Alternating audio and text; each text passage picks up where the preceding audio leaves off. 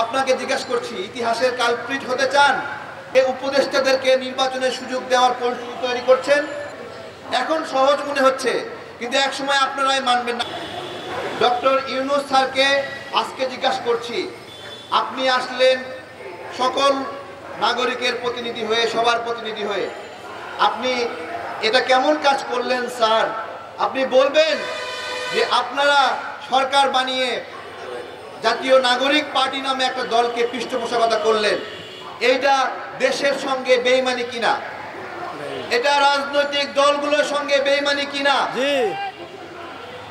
আপনারা তাদেরকে সুযোগ সুবিধা দিলেন, পৃষ্ঠপোষকতা করলেন। এমনকি একটা প্রচলন ছিল যে যারা অন্তর্বর্তীকালীন সরকারের উপদেষ্টা হয় তারা কখনো রাজনীতিতে অংশ নেয় না এবং ভবিষ্যতেও তারা কখনো নির্বাচনে অংশগ্রহণ করবে না। এটা একটা প্রতিষ্ঠিত একটা সামাজিক চুক্তি, রাজনৈতিক চুক্তি। কিন্তু ডক্টর ইউনূস স্যার, আপনি এটা কি করছেন? আসলে নিজেকে ইতিহাসের কালপ্রিট বানাতে যাচ্ছেন। আপনাকে জিজ্ঞাসা করছি, ইতিহাসের কালপ্রিট হতে চান? কেন এটা করছেন?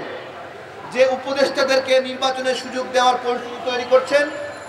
এবং আমরা জানতে পেরেছি যখন লন্ডন মিটিং হয়েছে, সেই মিটিংয়েও ডক্টর ইউনূস স্যার শর্ত দিয়েছেন এই ছাত্র উপদেষ্টা যারা আছে বা উপদেষ্টাদের নির্বাচনে অংশগ্রহণ করতে হবে বা নির্বাচনে সুযোগ দিতে হবে। তার টার্গেট আছে যে এদেরকে যেভাবে হোক এমপি হিসেবে বের করে নিয়ে আসতে হবে। আমার কথা, কাউকে এমপি হয়ে বের করে নিয়ে আসা এটা কি জনগণের দায় নাকি সরকারের দায়? যে নির্বাচন আয়োজন করবে সে কি এই এজেন্ডা নিয়ে কাজ করতে পারে যে কয়েকজনকে এমপি হিসেবে বের করে নিয়ে আসবে?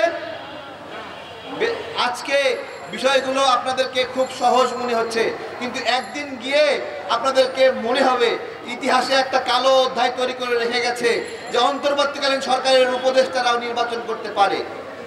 এখন সহজ মনে হচ্ছে, কিন্তু এক সময় আপনারাই মানবেন না, আপনারাই বলবেন।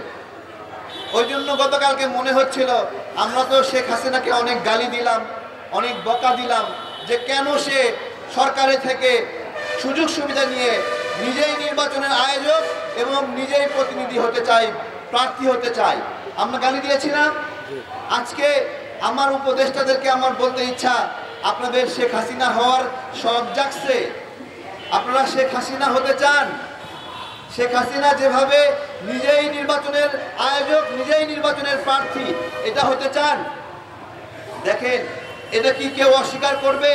এই সরকার সচিবালয়, জেলা প্রশাসক অফিস, অধিদপ্তর, মন্ত্রণালয়, সকল জায়গায় এই এনসিপি নামের একটি দলকে নির্বাচনের জন্য বিভিন্ন প্রস্তুতি নেওয়ার জন্য অর্থনৈতিক সুবিধা দিয়েছে, বিভিন্ন ক্ষমতা কেন্দ্রিক সুবিধা দিয়েছে।